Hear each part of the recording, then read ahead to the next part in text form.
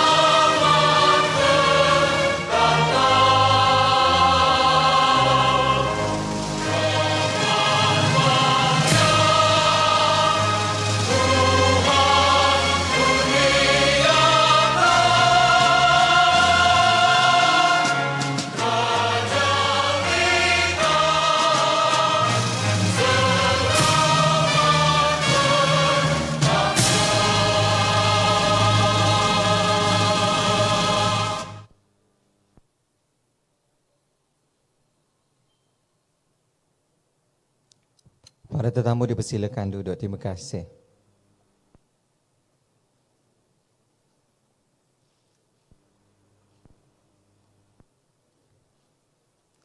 Ampun Yang Berhormat Mulia Tengku beribu ampun, sembah patik mohon diampun. Patik Azimin Daud selaku juruacara majlis mohon dilimpah perkenan Yang Berhormat Mulia Tengku untuk memulakan majlis. Menjunjung kasih Yang Berhormat Mulia Tengku.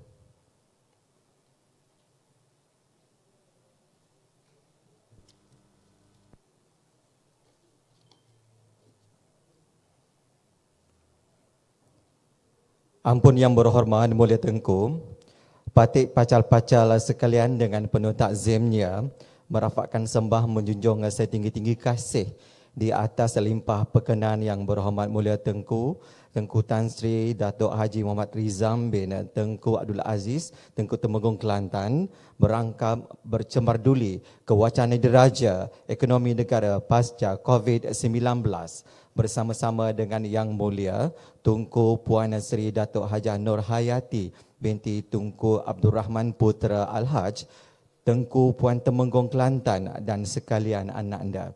Sesungguhnya dengan keberangkatan Yang Berhormat Mulia Tengku pada hari ini dapat menyampaikan kasih mesra kepada rakyat dan pastinya akan menjadi satu kenangan manis buat patik sekalian. Ampun Yang Berhormat Mulia Tengku, Yang Berhormat Mulia Tengku Tan Sri Datuk Haji Muhammad Rizam bin Tengku Abdul Aziz, Tengku Temenggung Kelantan, Yang Mulia Tunku Puan Sri Datuk Hajah Nur Hayati binti Tunku Abdul Rahman Putra Al-Haj, Tengku Puan Temenggung Kelantan, Yang berbahagia Profesor Datuk Dr. Haji bin Awang Sarian, Pengerusi Lembaga Pengelola Dewan Bahasa dan Pustaka, Yang berbahagia Datuk Abang Salahuddin bin Abang Syokran, Ketua Pengarah Dewan Bahasa dan Pustaka, Yang berbahagia Datuk Hajah Padilah binti Haji Ali, Timbalan Ketua Pengarah Dasar Dewan Bahasa dan Pustaka, Yang berbahagia Profesor Madya Dr. Arif Perkasa, Dr. Muhammad Asri bin Zainul Abidin, Ahli Lembaga Pengelola Dewan Bahasa dan Pustaka, Mufti Negeri Perlis. Yang berbahagia Datuk Goh Hin San, Ahli Lembaga Pengelola Dewan Bahasa dan Pustaka. warga Pejabat Sultan Kelantan, Istana Balai Besar, warga Majlis Agama Islam dan Adat Istiadat Melayu Kelantan, warga Pejabat Setiausaha Kerajaan Negeri Kelantan dan warga Universiti Malaysia Kelantan, pengarah-pengarah, jabatan ketua-ketua jabatan, ketua-ketua bahagian dan warga kerja Dewan Bahasa dan Pustaka serta semua yang menonton secara dalam talian di Facebook Dewan Bahasa dan Pustaka. Ampun yang berhormat Mulia Tengku, ada selasih, ada legundi dalam nyiru kami asingkan. Junjung kasih kalungan budi, perkenan Tengku madli mulakan. Dengan penuh takzimnya, majlis mempersilakan Yang Berbahagia Profesor Dato' Dr. Awang bin Sarian, Pengerusi Lembaga Pengelola Dewan Bahasa dan Pustaka, memohon limpah perkenan Yang Berhormat Mulia Tengku untuk menyampaikan sembah ucapan alu-aluan. Dengan segala hormatnya dipersilakan.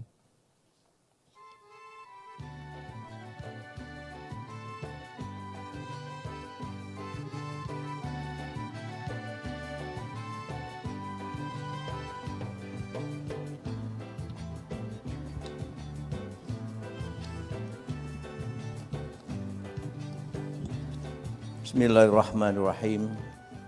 Alhamdulillahirrahmanirrahim. Wa bihi nasta'in. Salatu wassalamu ala asyrafil anbiya'i wal mursalin wa ala alihi wa sahbihi ajma'in. Assalamualaikum warahmatullahi wabarakatuh. Yang berhormat mulia Tengku Tan Sri Dato' Haji Muhammad Rizam bin Tengku Abdul Aziz, Tengku Temenggung Kelantan. Yang mulia Tunku Puan Sri Datuk Hajah Nur Hayati binti Tunku Abdul Rahman Putra Al-Haj, Tengku Puan Temenggung Kelantan. Yang berbahagia Profesor Madya Datuk Arif Perkasa, Dr. Muhammad Asri bin Zainul Abidin, Ahli Lembaga Pengelola Dewan Bahasa Pustaka, Merangkap Mufti Negeri Perlis. Yang berbahagia Datuk Goh Hinsan, Ahli Lembaga Pengelola Dewan Bahasa Pustaka. Yang berbahagia Datuk Abang Salihuddin bin Abang Syukran, Ketua Pengarah Dewan Bahasa Pustaka. Yang berbahagia Datuk Hajah Fadilah binti Haji Ali Timbalan, Ketua Pengarah Dewan Bahasa dan Pustaka. Pengarah jabatan, ketua-ketua bahagian dan warga kerja Dewan Bahasa dan Pustaka. Warga Pejabat Sultan Kelantan, Istana Balai Besar, warga Majlis Agama Islam dan Adat Istiadat Melayu Kelantan, warga pejabat Setiausaha Kerajaan Negeri Kelantan dan warga Universiti Malaysia Kelantan serta semua yang menonton majlis ini dalam talian. Alhamdulillah, terlebih dahulu Patik mewakili seluruh warga Dewan Bahasa Pustaka menjunjung kasih atas limpah perkenan Yang Berhormat Mulia Tengku dan Yang Mulia Tengku kerana berangkat hadir dalam majlis wacana diraja ekonomi negara pasca COVID-19 pada pagi yang penuh keberkatan dan rahmat ilahi ini. Sesungguhnya keberangkatan Yang Berhormat Mulia Tengku dan Yang Mulia Tengku ke Dewan Bahasa Pustaka untuk kesekian kalinya menunjukkan keprihatinan yang begitu mendalam Yang Berhormat Mulia Tengku dan Yang Mulia Tunku terhadap kegiatan intelektual yang pada hari ini membicarakan satu daripada aspek penting dalam perkembangan negara, iaitu perkembangan ekonomi selepas pandemik COVID-19. Marilah sama-sama kita melafazkan kesyukuran kehadrat Allah SWT kerana dengan izinnya kita dapat bersama-sama hadir dalam majlis pada pagi yang dirahmati ini. Saya merakamkan setinggi penghargaan dan terima kasih kepada semua pihak yang berganding bahu menjayakan wacana diraja ekonomi negara pasca COVID-19 pada hari ini. Hadirin yang dimuliakan, tanggal 18 Mac 2020 merubah kehidupan kita daripada kehidupan yang biasa kepada kebiasaan baru atau resam baru apabila seluruh negara diperintahkan berada dalam perintah kawalan pergerakan PKP. Keseluruhan kegiatan ekonomi di seluruh negara terhenti dengan serta-merta. Semua warga diperintahkan berada di rumah. Kawalan pergerakan kemudiannya disusuli dengan perintah kawalan pergerakan bersyarat dan perintah kawalan pergerakan pemulihan. Kegiatan ekonomi hanya kembali aktif selepas PKPP diperintahkan. Sesudah kira-kira 3 bulan membeku dan tentu sekali sangat sukar serta akan mengambil waktu untuk kembali pada keadaan yang asal. Institusi raja di negara ini ialah pasak negara dan negeri dan tiang seri yang menampan dan menunjang landasan keseimbangan dan kesaling dinamikan pelbagai unsur ekosistem kesejahteraan dan pembangunan negara. Kedaulatan raja dalam konsep raja berperlembagaan telah banyak membawa kemakmuran kepada rakyat dan negara.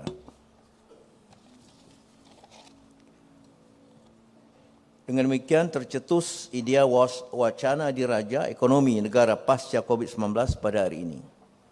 Tajuk ini amat relevan diketengahkan untuk memberikan kefahaman yang jelas kepada masyarakat tentang peranan, kedudukan dan sumbangan institusi raja agar rakyat terus mendukung dan mendaulatkan raja berperlembagaan seperti yang termaktub dalam Perlembagaan Negeri-Negeri dan Negara Malaysia. Sesungguhnya peranan institusi beraja yang sangat besar sebagai benteng untuk memperkukuh dan memelihara kerajaan dan rakyat daripada pelbagai sudut termasuk daripada sudut ekonomi, terutama dalam keadaan ekonomi yang sangat sukar di seluruh dunia sesudah landaan pandemik COVID-19 sekarang ini. Hadirat yang saya muliakan, penganjuran wacana ini dilaksanakan dalam keadaan kebiasaan yang baru. Tidak seperti wacana-wacana yang dianjurkan oleh DBP sebelumnya kerana perlu mematuhi prosedur operasi standard yang ditetapkan oleh Majlis Keselamatan Negara MKN, dan bagi mendapat liputan yang lebih meluas, maka wacana ini disiarkan secara langsung melalui FB langsung, Facebook langsung di Umarasan Pustaka. Dan saya kira ada rahmat yang besar dengan siaran langsung ini. Jumlah penonton atau peserta yang dapat mengikuti syarahan, titah syarahan yang berhormat mulia akan jauh lebih besar dari jumlah dalam keadaan yang biasa. Alhamdulillah. Demikianlah ucapan Patik kepada sidang hadirin sekalian.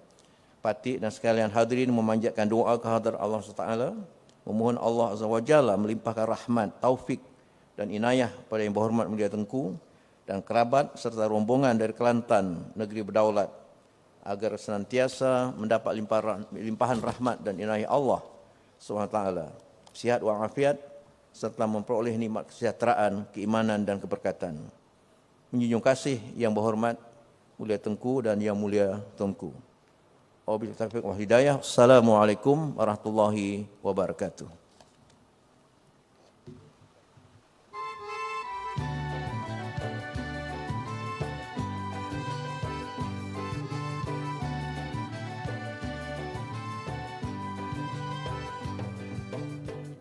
Waalaikumsalam warahmatullahi taala wabarakatuh. Majlis mengucapkan setinggi-tinggi terima kasih kepada yang berbahagia Profesor Datuk Dr. Haji Awang bin Sarian, pengerusi Lembaga Pengelola Dewan Bahasa dan Pustaka, atas ucapan itu tadi.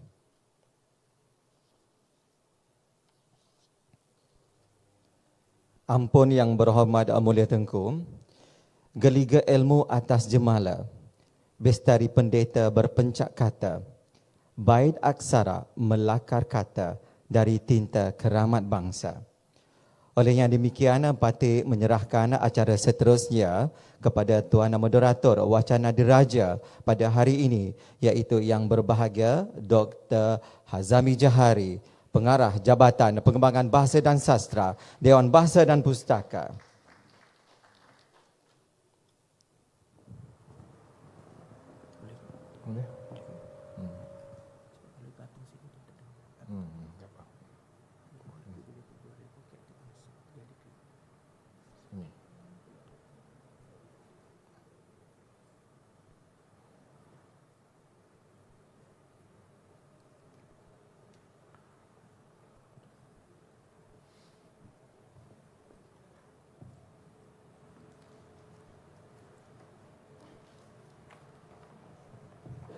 Bismillahirrahmanirrahim. Alhamdulillahirabbil alamin wassalatu wassalamu ala asyrafil anbiya'i wal mursalin wa ala alihi washabbihi ajmain. Assalamualaikum warahmatullahi taala wabarakatuh. Yang berhormat mulia Tengku Tan Sri Datuk Haji Muhammad Rizam bin Tengku Abdul Aziz, Tengku Temenggung Kelantan, serta yang mulia Tunku Puan Sri Datuk Hajah Nur Hayati binti Tunku Abdul Rahman Putra Al-Haj, Tengku Puan Temenggung Kelantan. Yang berbahagia Profesor Datuk Dr. Haji Awang Sarian, Pengerusi Lembaga Pengelola Dewan Bahasa dan Pustaka. Yang berbahagia Profesor Madya Datuk Arif Perkasa, Dr. Muhammad Asri bin Zainul Abidin, Ahli Lembaga Pengelola dan Bahasa dan Pustaka. Yang berbahagia Datuk Goh Hinsan, Lembaga Pengelola dan Bahasa dan Pustaka. Yang berbahagia Datuk Haji Abang Salahuddin Abang Syukran, Ketua Pengarah Dewan Bahasa dan Pustaka. Yang dihormati Timbalan Ketua Pengarah Dasar Dewan Bahasa dan Pustaka, Datuk Hajah Fadilah Haji Ali, rakan-rakan pengarah serta hadirin yang dikasihi sekalian. Alhamdulillah, setinggi-tinggi penghargaan dan terima kasih yang berhormat mulia Tengku patut mohon untuk memulakan sesi kita pada pagi ini. Sekali lagi setinggi-tinggi kesyukuran kepada Allah SWT kerana pada pagi ini dapat juga kita melangsungkan acara yang kita namakan sebagai Wacana Diraja Ekonomi Negara Pasca COVID-19. Semua kita maklum sebagaimana yang telah disampaikan sebahagian oleh yang berbahagia Datuk Pengerusi tadi dalam ucapan bahawa kita kini dalam fasa untuk pemulihan ekonomi negara. Bermula pada 18 Mac 2020 yang lepas, kita telah mulakan PKP kita yang pertama, iaitu satu perintah kawalan pergerakan yang mana kita berusaha untuk memastikan COVID-19 ni dapat kita tangani dengan baik. Dan pada masa yang sama sebenarnya, kita juga sedia maklum bahawa rupa-rupanya kehadiran COVID ini bukan setakat menjejaskan ataupun memberi impak kepada masalah kesihatan dan kesejahteraan, tetapi yang lebih penting juga sebenarnya memberi impak ataupun dampak yang besar kepada ekonomi negara kita. Bahkan ini bukan setakat melibatkan negara kita Malaysia sebagai negara kecil yang mungkin dari segi skala ekonominya tidaklah begitu besar, tetapi dampak kesan ataupun dampak COVID-19 ini melibatkan masalah global ataupun masalah sejagat. Amerika sendiri sebenarnya negara yang paling teruk dilanda oleh COVID-19 juga hampir-hampir lumpuh ekonominya. Negara China juga sebagai satu kuasa besar berekonomi juga mengalami masalah yang sama. Dan kita tahu bahawa seluruh dunia sekarang ini sedang mengalami kelembapan ekonomi. Dan dikatakan bahawa kelembapan ekonomi yang kita alami, dampak ataupun kesan daripada COVID-19 ini hampir sama dengan apa yang berlaku pada kelembapan ekonomi pada tahun 1930. Dan Alhamdulillah pada pagi ini kita berkesempatan untuk membincang dan membicarakan isu ini khusus untuk melihat bagaimanakah negara kita untuk menangani isu yang sangat besar ini. Yang amat berhormat Perdana Menteri kita sendiri dalam menangani isu ini telah menampilkan pelbagai idea. Mula-mula kita ada moratorium, selepas itu kita ada prihatin tambahan, dan yang terakhir kita ada pencana, iaitu satu kaedah yang dilaksanakan oleh negara untuk membantu memulihkan semula ekonomi negara. Bagi membincangkan dan bagi mendapat pandangan yang lebih bernas dalam perkara ini, patut mohon izin Yang Berhormat Mulia Tengku untuk tampil ke pentas bagi kita memulakan sesi. Dipersilakan Yang Berhormat Mulia Tengku.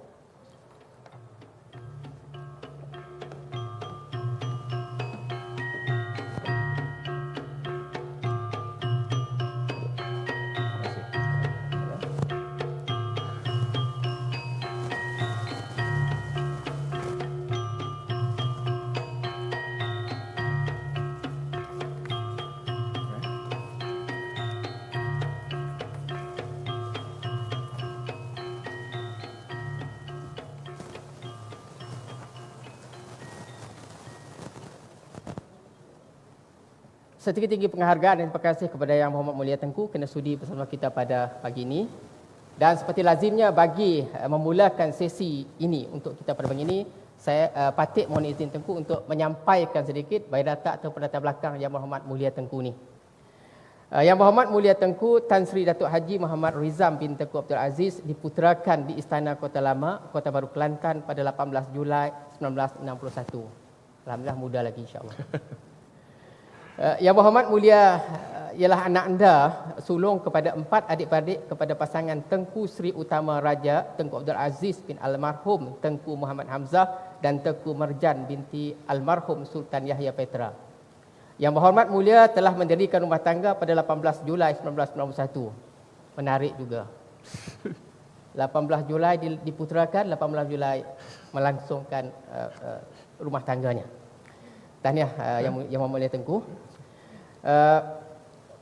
Dengan Tunku Puan Seri Datuk Hajah Nur Hayati binti almarhum Tunku Abdul Rahman Putra Al-Haj, iaitu anak anda kepada Perdana Menteri yang pertama almarhum Tunku Abdul Rahman Putra Al-Haj ini almarhum Sultan Abdul Hamid Halim Shah. Yang Berhormat Mulia dikurniakan dengan 2 orang putera dan seorang puteri, iaitu Tengku Abdul Rahman Petra, Tengku Yahya Aziz Petra dan Tengku Nur Kristina Petri. Rasanya bersama-sama kita pada pagi ini. Yang Berhormat Mulia memulakan pendidikan pertama di peringkat rendah di Sekolah Kebangsaan Sultan Ismail I, Batu 2, Jalan Kuala Kerai, Kota Baru Kelantan, dan meneruskan persekolahan Tengku sehingga tingkatan 2 di Sekolah Menengah Sultan Ismail, Kota Baru Kelantan. Pada usia 15 tahun, Yang Berhormat Mulia kemudiannya berpindah ke St. John's Institution di Kuala Lumpur setelah menduduki peperiksaan Malaysian Certificate Education MCE di St. John's Institution di Kuala Lumpur. Yang Berhormat Mulia menduduki A-Level selama 2 tahun di Cheltenham College, England. Yang Berhormat Mulia kemudiannya melanjutkan pelajaran lebih tinggi ke Ohio University, Athens, Ohio, USA, dan mendapat Bachelor of Business Administration dengan honors. Major in Marketing pada tahun 1984. Yang Berhormat Mulia juga menyambung pengajian ke peringkat sarjana dan kemudian mendapat Master of Business Administration MBA daripada United States International University, San Diego, California, USA pada tahun 1985. Memiliki pengalaman hampir 30 tahun dalam bidang perbankan, Yang Berhormat Mulia menyifatkan kerjaya dalam bidang perbankan amat mencabar kerana perlu memikul amanah dan kepercayaan yang telah diberikan oleh pendeposit dan dalam masa yang sama perlu memberi pulangan yang baik kepada pemegang saham. Yang Berhormat Mulia memulakan kerjaya pada tahun 1986 dalam bidang perbankan dan kemudiannya bersara pada tahun 2014. Semasa bertugas di RHB Islamic Bank sebagai Ketua Perbankan Teknologi dan Naib Presiden Kanan RHB Islamic Bank. Yang Berhormat Mulia kini memegang jawatan sebagai Pengerusi Suruhanjaya Perkhidmatan Negeri Kelantan setelah dilantik memegang jawatan tersebut pada 6 September 2014. Dan Yang Berhormat Mulia telah dilantik sebagai Tengku Srijaya Raja Kelantan pada tahun 1999, disusuli dengan Tengku Panglima Raja Kelantan pada tahun 2020 dan seterusnya diangkat sebagai Tengku Temenggung Kelantan pada tanggal 25 November 2013. Demikian hebatnya latar belakang Yang Berhormat Mulia Tengku dan amat sesuai untuk Yang Berhormat Mulia Tengku untuk membimbing kita, mengajak kita berfikir tentang apakah langkah-langkah ataupun kesan-kesan COVID-19 ke atas ekonomi negara kita. Dan kita tahu bahawa kesan daripada COVID-19 ini juga Yang Mulia Tengku, kadar pengangguran kita diunjurkan juga meningkat pada bulan Mac ataupun April sahaja dikatakan ada 80,000 penganggur di negara kita dan meningkat seterusnya pada bulan Mei sehingga 120,000 orang. Dan hal ini memang merisaukan kita. Bagaimanapun kita yakin dengan usaha-usaha yang telah dilakukan oleh kerajaan khususnya dalam program penjana itu dapat mengurangkan kesan dan proses ini kita katakan sebagai proses pemulihan. Jadi untuk memperkatakan ini Yang Berhormat Mulia Tengku, saya minta Yang Berhormat Mulia Tengku patut fikir untuk Yang Berhormat Mulia Tengku untuk memberikan sedikit latar belakang tentang perkembangan ekonomi negara kita secara keseluruhannya dulu. Silakan Yang Berhormat Mulia Tengku. Terima kasih Tuan Pengerusi. Bismillahirrahmanirrahim. Assalamualaikum warahmatullahi taala wabarakatuh.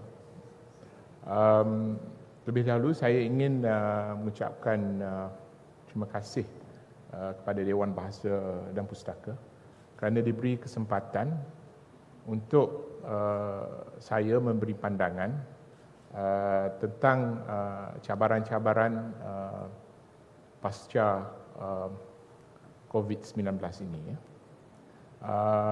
Pada umumnya saya ni sebenarnya bukan ahli ekonomi, tetapi pandangan yang saya rasa mungkin dapat saya berkongsi bersama dengan tuan-tuan dan puan-puan ialah dari segi pemerhatian saya berdasarkan kepada keadaan ekonomi di dunia secara amnya dan juga keadaan ekonomi di negara kita khasnya dan langkah-langkah yang telah diambil oleh pihak kerajaan untuk mengatasi masalah COVID-19 sekarang ini.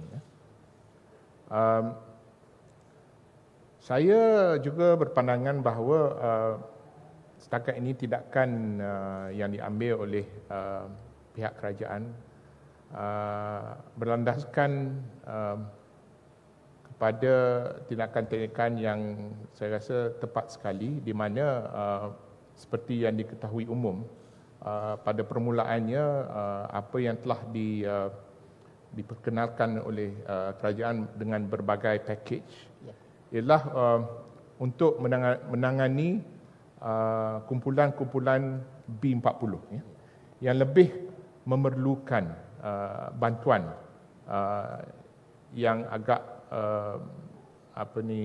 urgent dan diikuti dengan bantuan-bantuan kepada peniaga-peniaga, terutama sekali peniaga-peniaga PKS, peniaga kecil dan sederhana, yang merupakan satu yang juga memainkan peranan yang penting untuk mengembangkan ekonomi negara kita.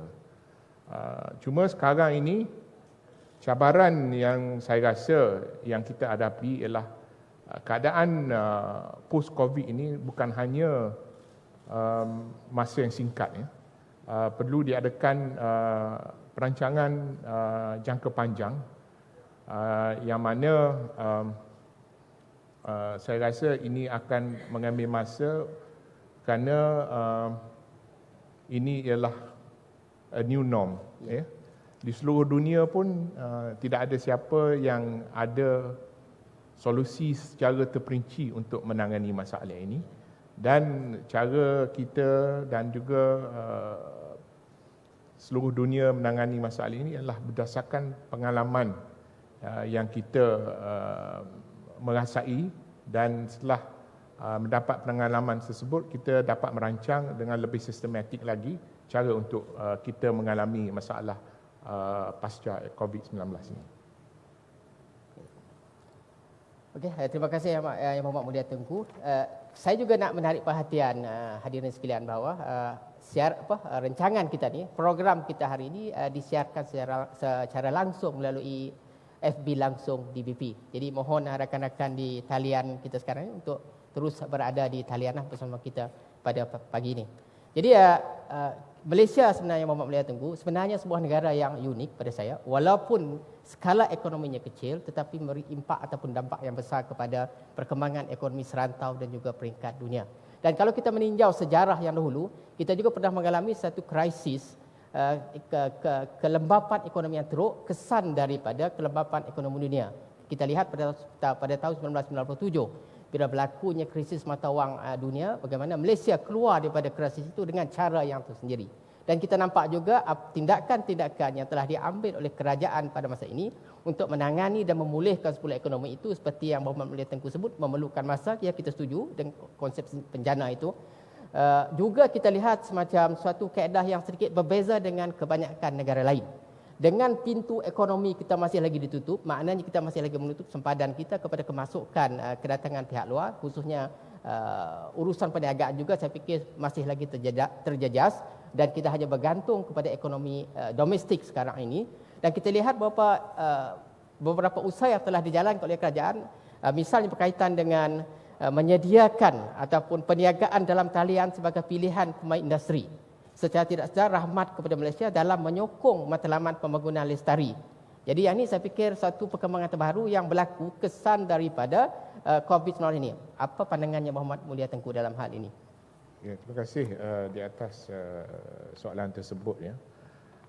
Mungkin saya mengambil langkah ke belakang sikit untuk membincangkan lebih lanjut tentang matlamat pembangunan lestari. Ya. Atau dalam bahasa Inggerisnya ialah Sustainable Development Goals. Ya.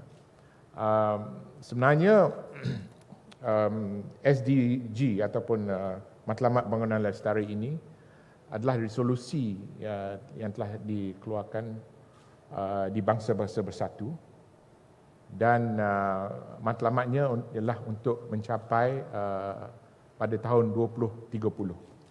Terdapat 17 matlamat utama untuk kita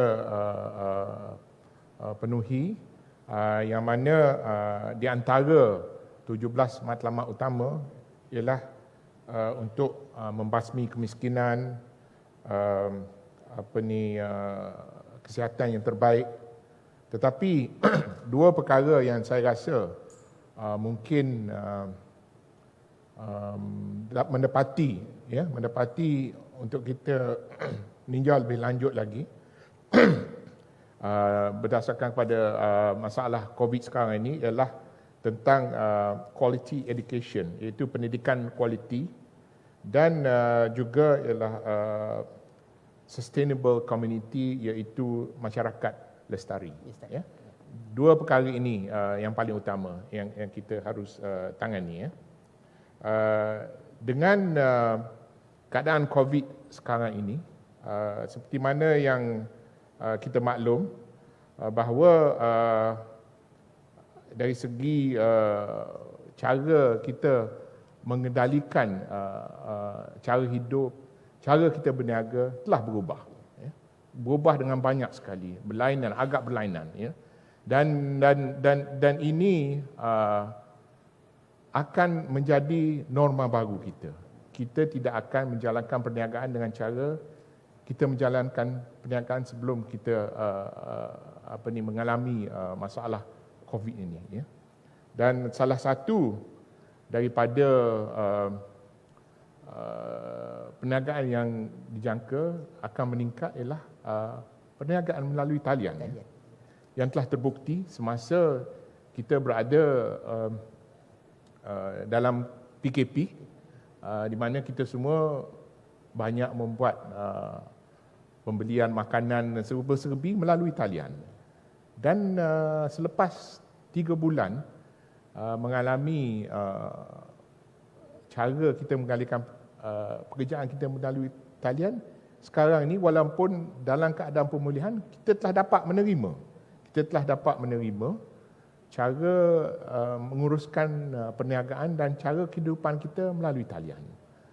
Jadi dengan pengalaman tersebut, ia telah menukar dan juga cara kehidupan kita, dan pada masa yang sama juga untuk kita mencapai matlamat yang telah dinyatakan,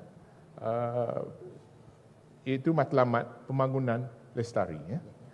Ya. Selain daripada itu juga, memandangkan keadaan telah berubah, kita juga harus sedar bahawa pasaran buruh di masa hadapan akan berubah. Ya. Maksudnya ialah pasaran buruh harusnya lebih fleksibel. Tidak semestinya di masa dahulu kita hanya tetap dengan sesuatu pekerjaan yang seperti normal dulu. Umpamanya kita memerlukan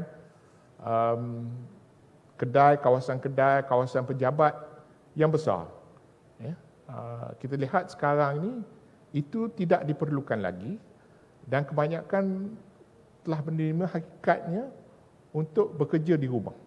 Dan memang tidak ada masalah bekerja di rumah ni. Tetapi disebabkan keselesaan kita, berdasarkan pengalaman kita yang lalu, kita berasa agak sukar untuk bekerja di rumah. Tetapi di sebaliknya, COVID ni telah memberi kepada kita yang kita boleh buat dengan cara ni. Dan dari segi productivity pun sama. Bahkan dengan cara itu juga kita mendapat quality of life yang lebih baik. Kita dapat bersama dengan keluarga kita. Masa yang dulunya kita habiskan di tengah jalan dengan traffic jam pagi dan petang, ya. Tetapi sekarang ni kita tak perlu lagi pergi kerja, 5 hari seminggu. Mungkin 2-3 hari ke office, 2-3 hari kita buat bekerja di rumah dan menghabiskan masa yang berkualiti bersama keluarga kita. Ya. Jadi dengan maksud pasaran buruh yang lebih fleksibel, kita harus menumpukan usaha-usaha kita terhadap ekonomi digital. Ya. Ekonomi digital dan seperti yang saya maklumkan juga ialah ini juga dengan norma yang baru juga, ia akan mengadakan perubahan dari segi pendidikan tinggi. Maksudnya dari segi pendidikan tinggi ada kemungkinan cara pengajaran di pendidikan tinggi akan berubah, silibus-silibusnya juga akan berubah. Ya. Kerana ini adalah untuk kita berhadapan dengan norma-norma baru dan cabaran-cabaran baru semasa post COVID-19 ini. Ya. Dan satu lagi yang saya ingin berkongsi bersama juga ialah perubahan hub pengeluaran dunia. Dari segi itu maksud saya ialah sebelum COVID ni kita banyak berdasarkan pengeluaran-pengeluaran daripada negara-negara di sebelah barat dan negara-negara besar seperti Amerika Syarikat, China dan sebagainya. Sekarang ini kita harus memikirkan hub di mana kita kenalah mengenal pasti keupayaan kita, apa-apa cara untuk kita dapat berdiri di kaki sendiri untuk mendapat pengeluaran more like self-sufficient. Ya. Jadi itulah pandangan saya dan seperti mana yang saya nyatakan juga yang paling penting ialah post COVID-19 ni, pasca COVID-19 ini akan mengubah bagaimana perniagaan dan pengguna membuat keputusan. Ya, maknanya kesan langsung daripada COVID-19 ialah lanskap perniagaan kita, lanskap ekonomi kita berubah daripada secara konvensional kepada bentuk baru. Dan daripada peringkat anak-anak kita lagi pun sudah tempahan pembelian itu menggunakan secara dalam talian sahaja. Dan tahu-tahu bila loceng di pintu didengar, maknanya ada penghantar makanan di luar. Itu suatu perkara ataupun normal baru ataupun kebiasaan baru yang tidak pernah kita rasai sebelum ini. Dan saya fikir juga dari segi sudut ekonominya ini menjelmakan satu kaedah ekonomi yang lebih mampan, lebih selamat dan juga seperti kata yang Muhammad Mulia Tengku tadi ialah lebih memberi ruang kepada kita untuk berdamping dengan keluarga. Maknanya masa itu lebih banyak kita bersama keluarga yang selama ini kita lebih banyak berada di luar dengan disebabkan oleh pergerakan-pergerakan yang tidak perlu.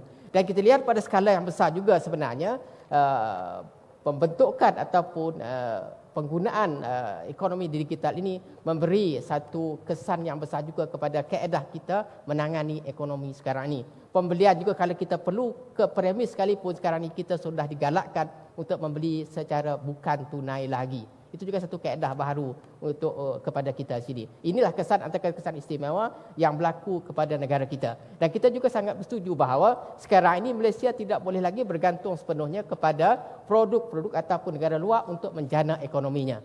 Dan kita lihat usaha-usaha telah ditangani oleh kerajaan. Baru-baru ini telah dilancarkan di Felda Trolak. Bagaimana usaha untuk menjadikan kawasan Felda itu juga sebagai sumber ekonomi baru. Bukan setakat kepada peneroka, tetapi juga kepada keseluruhan penjanaan ekonomi negara kita. Dan seterusnya yang Muhammad Mulia Tengku, saya ingin nak bertanya juga tentang sejauh mana insentif yang diberikan oleh kerajaan seperti insentif khas sekali bayar, one off, dapat membantu rakyat terutama peniaga dalam memastikan perniagaan mereka yang terus dijalankan dalam tempoh pasca wabak ini. Terima kasih. Sejauh mana insentif dapat memberi keberkesanan kepada rakyat Malaysia berdasarkan usaha kerajaan ya. Apa yang kita telah dimaklumkan bahawa di bawah prihatin kerajaan telah adakan sejumlah 10 bilion ringgit, Ya. 10 bilion ringgit. Di mana seperti yang saya nyatakan tadi, usaha yang pertama itu usaha jangka pendek ialah untuk menolong golongan B40, ya. Dan seterusnya kita harus ingati juga bahawa PKS, perniagaan kecil dan sederhana ni adalah sumber penjana utama ekonomi negara kita, ya. Di mana ia memainkan peranan utama pekerjaan dan juga pertumbuhan ekonomi, dan sekiranya kita lihat dari segi peratusan sumbangan PKS, ia memberi sumbangan sebanyak 36% KDNK negara kita, ya. Dan juga memberi ruang pekerjaan 65% pekerjaan kepada kita semua, dan 18% daripada PKS juga adalah untuk diekspor. Nah, sekarang ini cabarannya ialah dijangka mungkin pertumbuhan ekonomi akhir tahun ini hanya sekadar 2 atau 0.5%. Ya. Walau bagaimanapun dijangka pada tahun 2021 insya-Allah keadaan akan bertambah baik sehingga ia akan meningkat kepada 6%. Ya. Tetapi caranya macam mana kita nak buat? Ya. Macam mana kita nak buat untuk mencapai pertumbuhan yang sedemikian? Ya. Bukannya perkara mudah, tetapi kita harus sentiasa berusaha, dan kerajaan juga telah mengambil langkah yang terbaik di mana teras usaha kerajaan yang telah dibuat berdasarkan kepada 3 teras utama, iaitu untuk memperkasakan rakyat. Dari segi itu, memperkasakan rakyat maksudnya memberi latihan dan sebagainya supaya rakyat dan juga golongan pekerja-pekerja ini dapat memperbaiki skill set mereka dan bukan hanya bergantung kepada skill set yang tertentu. Maksudnya tidak perlu lagi menjadi specialist. Ya. Satu lagi ialah dengan melonjakkan perniagaan. Di sini melonjakkan perniagaan, kerajaan juga telah mengadakan berbagai program dari segi insentif-insentif yang tertentu kepada peniaga-peniaga. Ya. Dan seperti mana yang kita lihat sekarang juga, domestic tourism telah melonjak dengan begitu banyak sekali, ya, dalam masa sebulan ni, semenjak pemulihan ni. Kita lihat, dan ramai juga antara kita sebenarnya tidak pernah memikirkan about domestic tourism. Padahal semua ni ada di depan kita. Sebaliknya kita selalu pergi ke luar negara, nak pergi ke situ sini merata-rata. Sebenarnya banyak yang domestic tourism boleh tawarkan kepada kita. Dan kalau tengok dari segi statistik, memang kebanyakan tempat-tempat peranginan domestik ni dah mula dipenuhi. Dah penuhi, ya. Dah mula dipenuhi. Itu adalah satu petanda yang baik, ya. Dan yang ketiga yang saya ingin kongsi sama ialah langkah-langkah yang diambil oleh kerajaan untuk merangsangkan ekonomi. Ya. Nah, maksudnya bila disebut merangsangkan ekonomi ialah kerajaan juga memperkenalkan berbagai program-program yang baru, ya, dengan insentif-insentif, umpamanya seperti tax insentif, ya. Mungkin beberapa tax juga kerajaan dapat memperkenalkan untuk reduction, dan satu lagi ialah mungkin dari segi pinjaman moratorium juga salah satunya, dan satu lagi ialah tentang pihak majikan, sumbangan pihak majikan EPF mungkin dapat dikurangkan buat sementara waktu, ya. Selain daripada itu juga, selain daripada proses-proses ini juga ada keperluan untuk pemantauan bagaimana efektifnya, untuk kita bila kita memperkenalkan, adakah ia berkesan, ya. Dan ini kerajaan juga telah memperkenalkan laksana, ya, dengan cara ini. Dan saya rasa setakat ini ialah jangka masa sekarang ini agak pendek untuk kita menilai.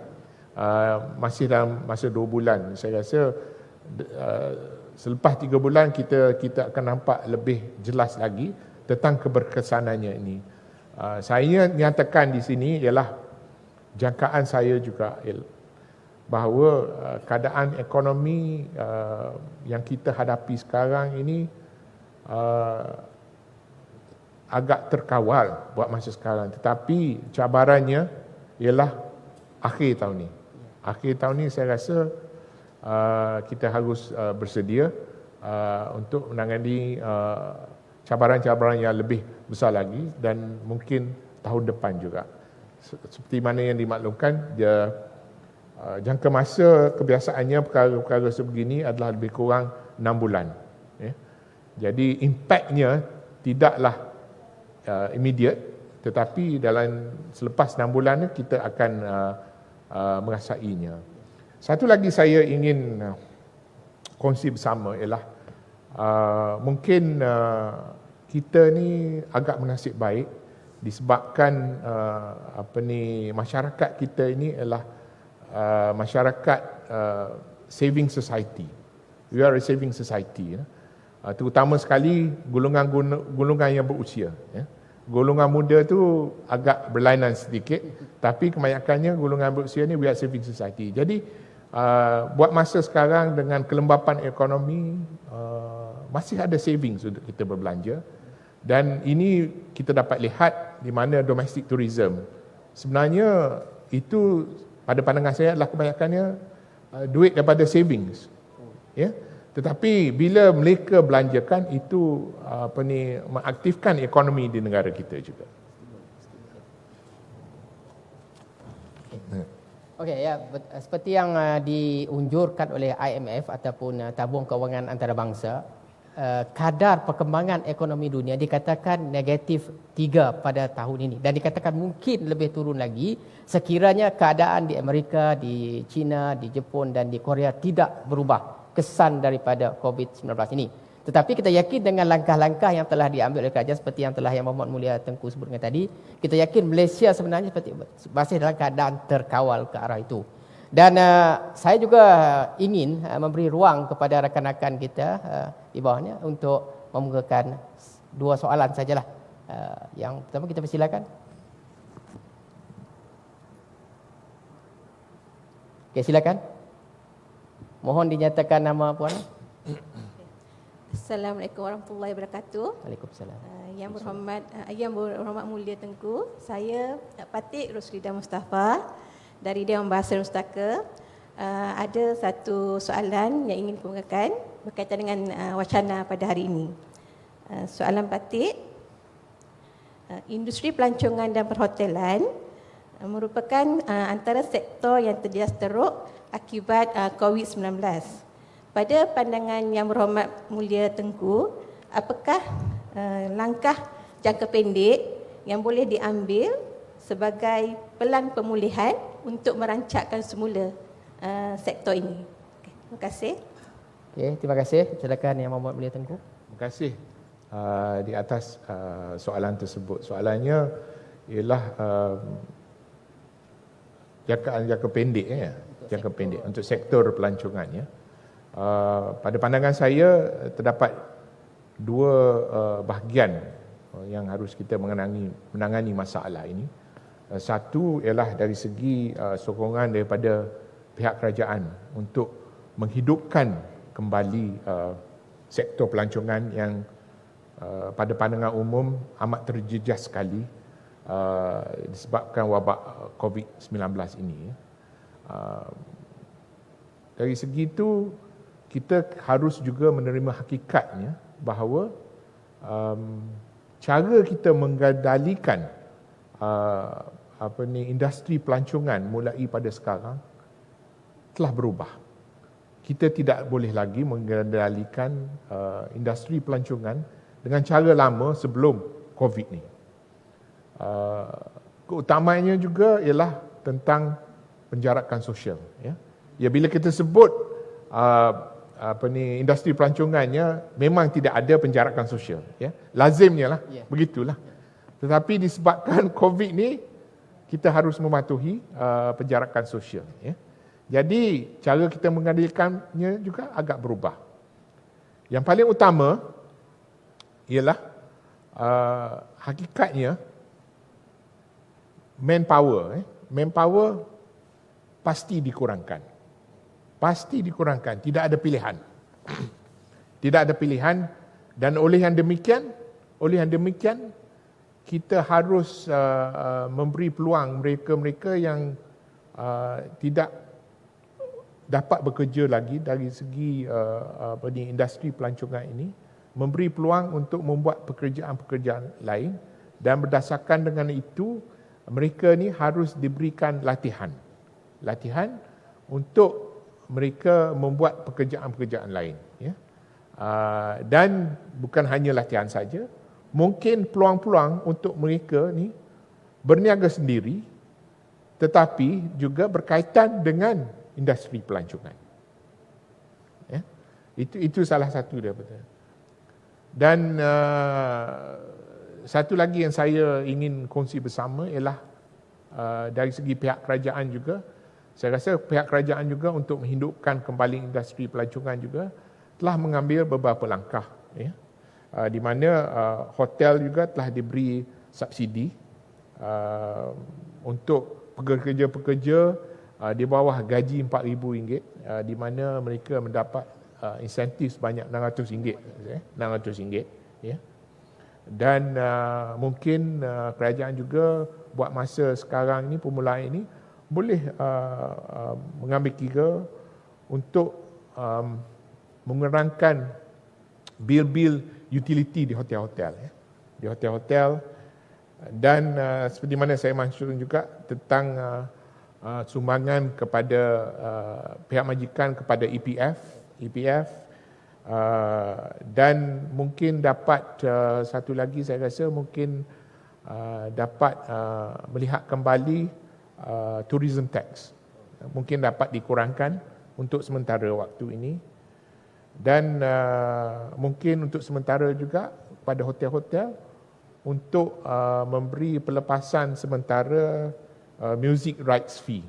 Because di hotel ni dia ada dengar muzik, bila dimainkan muzik tu dia ada royalty yang kena bayar. Ya. Inilah antara. Tetapi apa yang penting juga untuk kita menghidupkan kembali industri pelancongan ialah fokus kita terhadap pelancongan domestik. Ya. Pelancongan domestik kita harus hidupkan kembali. Memang dulu kita dah ada pelancongan domestik ini, tetapi disebabkan ramai pelancong-pelancong asing datang, jadi kita rasa fokusnya agak terhadap pelancong-pelancong asing. No, dari segi domestic tourism juga, inilah juga saya berpandangan masa untuk kita membuat beberapa eksperimen tentang aktiviti domestik pelancongan tourism lah, domestic tourism. Umpamanya, ya, idea baru, bukan idea baru, idea lama sebenarnya. Mungkin kita boleh menghidupkan kembali pesta air. Ya, pesta air, pesta Pulau Pinang seperti mana tuan-tuan dan puan-puan sedia maklum dulu adalah satu acara yang amat besar. Sangat terkenal. Tetapi akhir-akhir ni tak ada orang kenal. Mungkin zaman kita muda-muda dulu, yang orang muda sekarang mungkin tak tahu pesta Pulau Pinang. Tapi kita semua tahu. Akhir tahun tu pesta Pulau Pinang. Semua orang ke sana.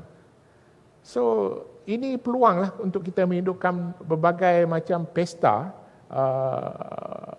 tetapi berdasarkan penjarakan sosial. Berdasarkan itu perkara utama, ya. Cara mengendalikan mesti berubah. Jadi itulah secara ringkasnya pandangan saya mungkin kita boleh fikirkan cara-cara untuk menghidupkan kembali pelancongan tempatan. Ya.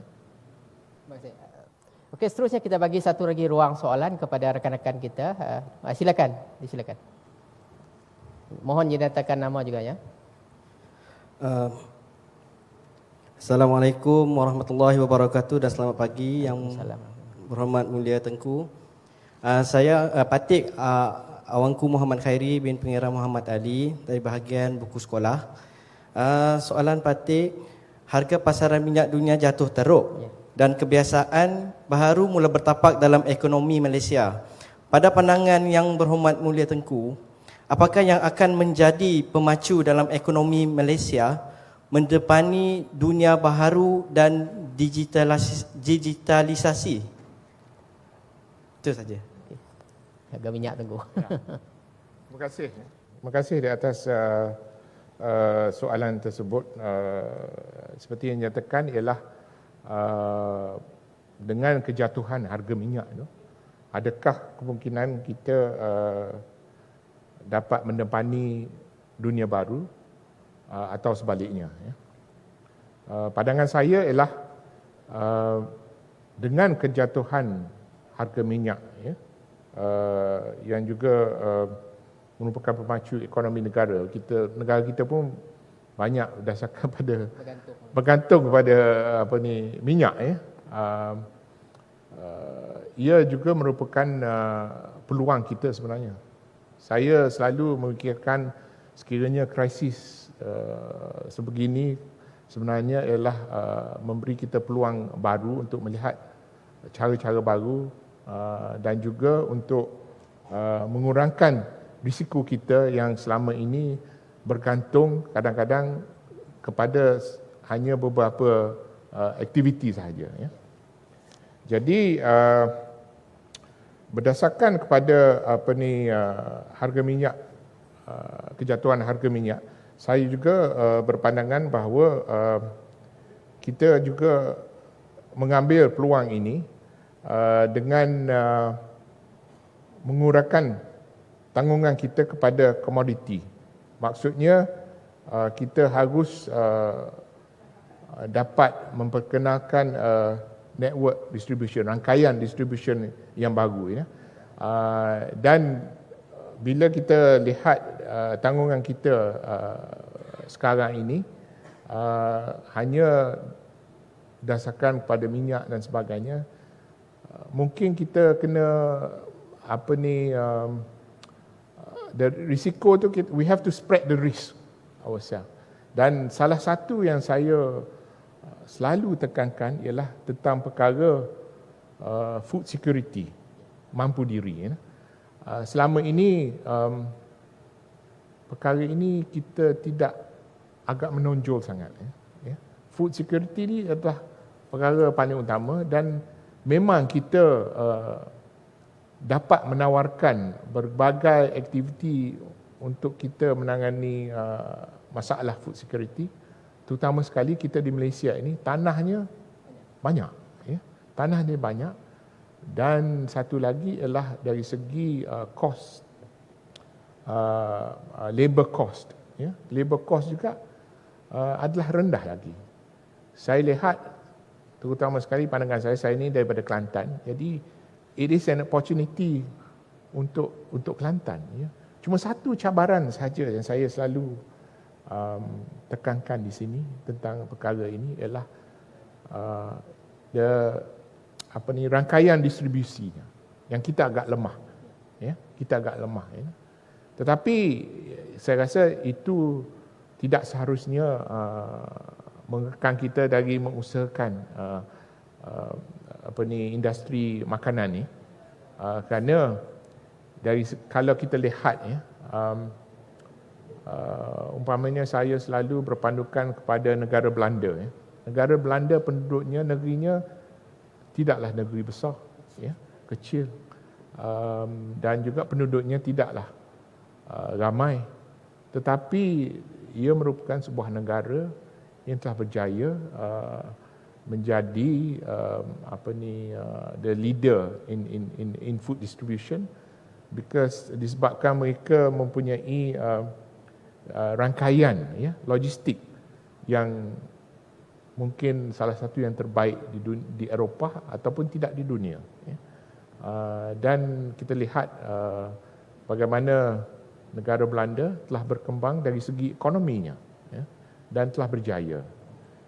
Satu lagi yang saya tekankan dalam usaha-usaha ini ialah mestinya terdapat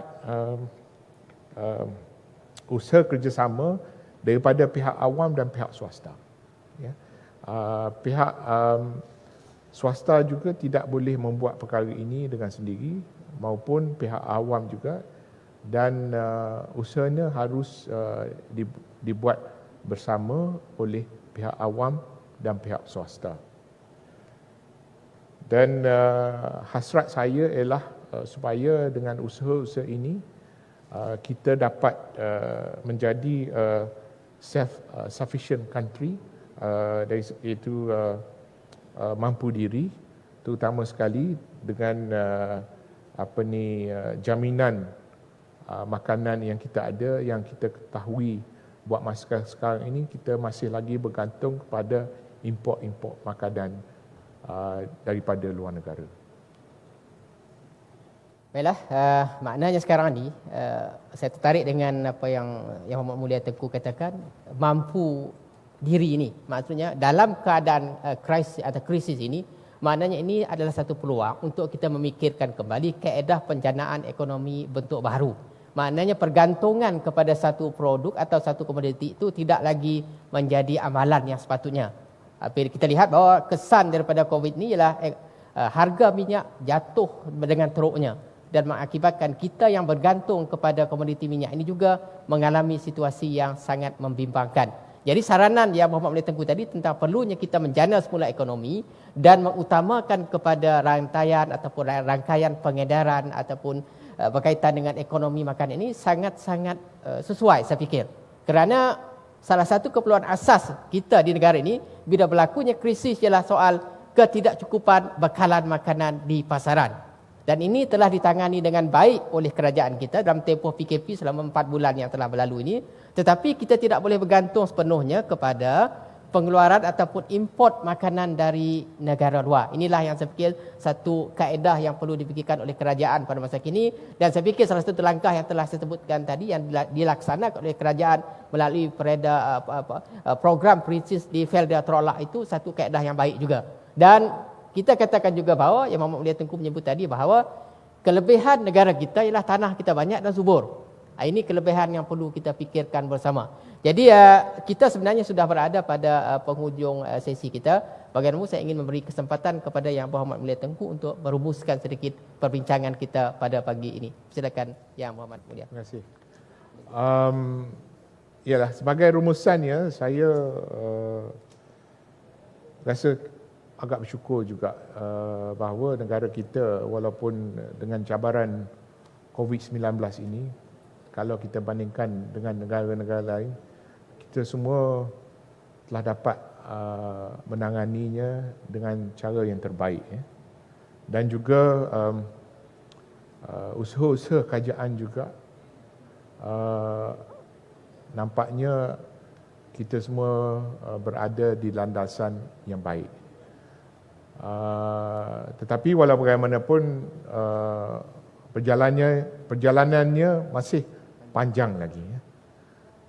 Dan saya berharap untuk kita menangani masalah ini, to overcome this problem, kita harus bekerjasama di antara satu sama lain dan menyokong usaha-usaha untuk menangani masalah COVID yang kita alami ini. Dan ia juga pada pandangan saya ada perkara-perkara yang baru semasa perjalanan ini yang kita akan tempuhi. Jadi untuk kita sekarang memberi solusi untuk menyelesaikannya, kita tidak ada solusi sebenarnya.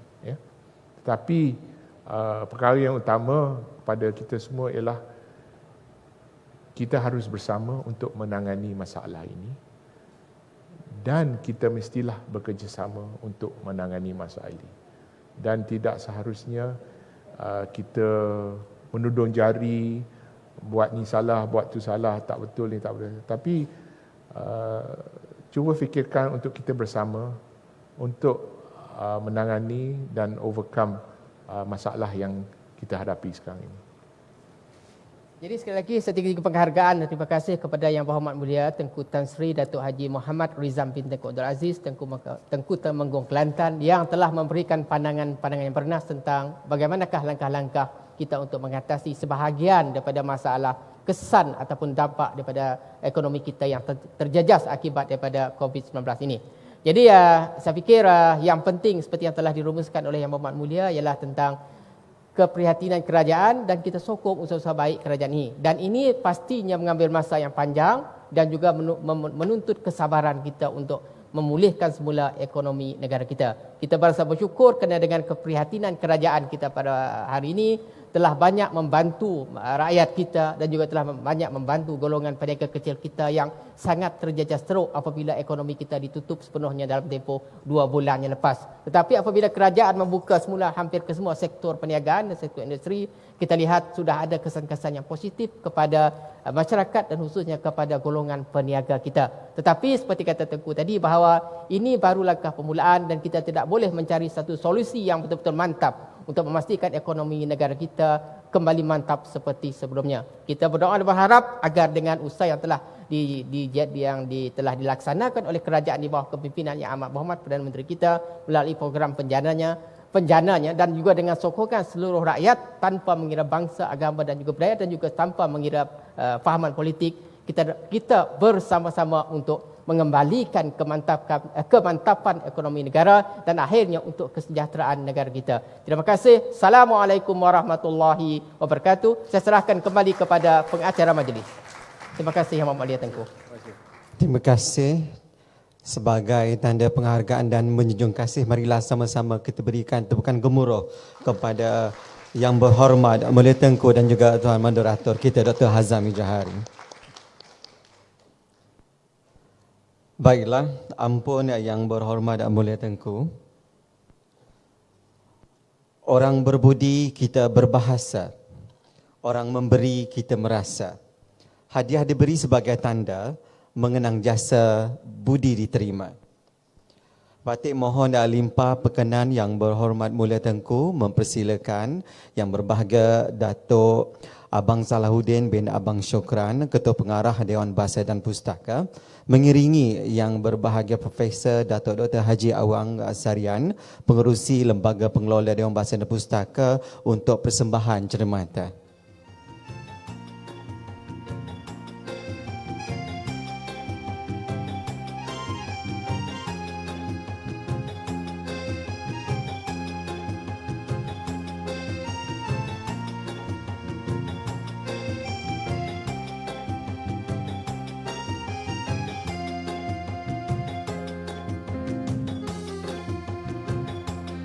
Ampun Yang Berhormat Mulia Tengku, balai bertingkap bersulur bayung kenaikan Sultan dengan sedang berangkat bagai zamrud di mercu gunung seperti intan sudah terikat. Mohon limpah perkenan Yang Berhormat Mulia Tengku berangkat bercemar duli untuk menerima persembahan yang cenderamata. Ampun Yang Berhormat Mulia Tengku.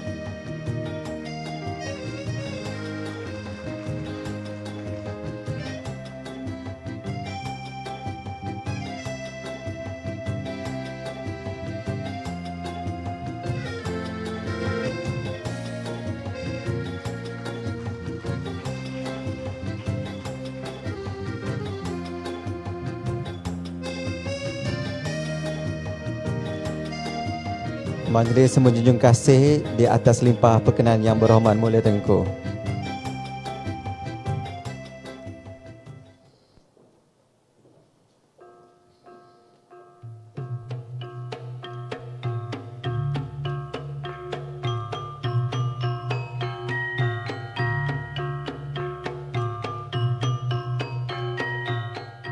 Ampun Yang Berhormat Mulia Tengku, yang dikumpul setia berkongsi, yang disimpan tebar melata, yang di luar kaya ilmunya untuk manfaat rakyat semua. Menjunjung kasih Yang Berhormat Mulia Tengku. Ampun Yang Berhormat Mulia Tengku, marilah sama-sama aminkan doa agar majlis mendapat redha Allah Subhanahu Wa Taala. Oleh itu dipersilakan Yang Berusaha Encik Dini Ashraf bin Rodzi untuk memimpin bacaan doa. Dengan segala hormatnya dipersilakan.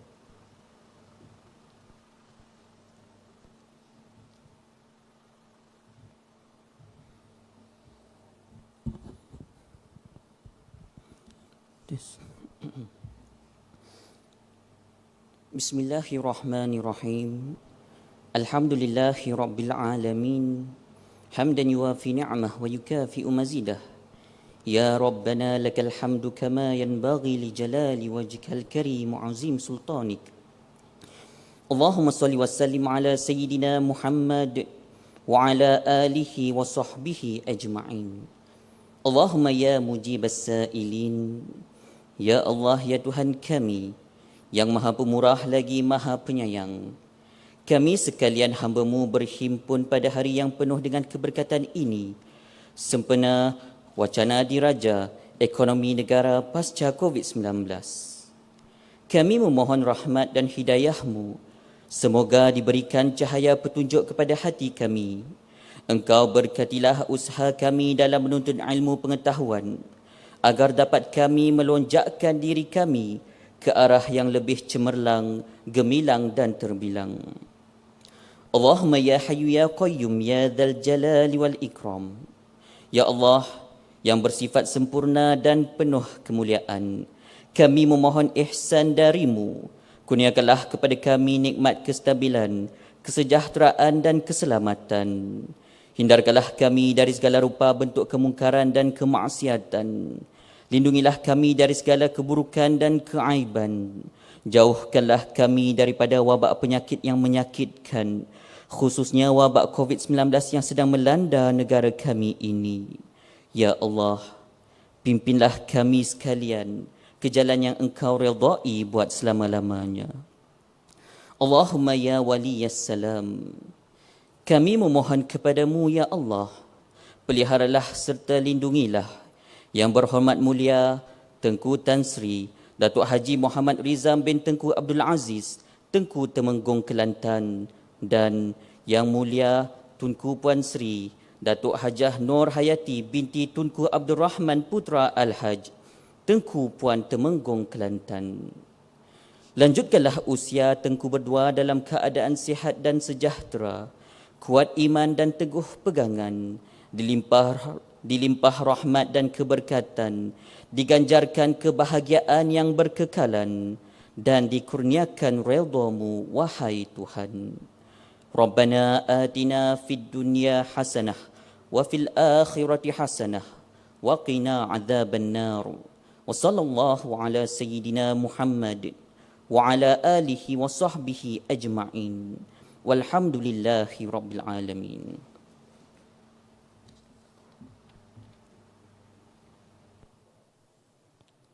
Amin amin ya rabbal alamin. Jazakallahu khairan walaka walana insyaallah fil jannah.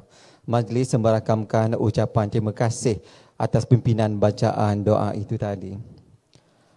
Ampun Yang Berhormat Mulia Tengku, bagi pihak pacal-pacal sekalian dengan penuh takzimnya merafak sembah menjunjung setinggi-tinggi kasih di atas limpah perkenan Yang Berhormat Mulia Tengku berangkat bercemarduli ke wacana diraja ekonomi negara pasca COVID-19. Patih merafak sembah mohon limpah perkenan Yang Berhormat Mulia Tengku untuk majlis santapan tengah hari. Ampun Yang Berhormat Mulia Tengku. Mengumumkan keberangkatan Yang Berhormat Mulia Tengku Tan Sri Datuk Haji Muhammad Rizam bin Tengku Abdul Aziz, Tengku Temenggung Kelantan, dan Yang Mulia Tunku Puan Sri Datuk Hajah Nur Hayati binti Tunku Abdul Rahman Putra Al-Haj, Tengku Puan Temenggung Kelantan ke atrium DBP untuk santapan tengah hari dan selepas itu berangkat meninggalkan majlis.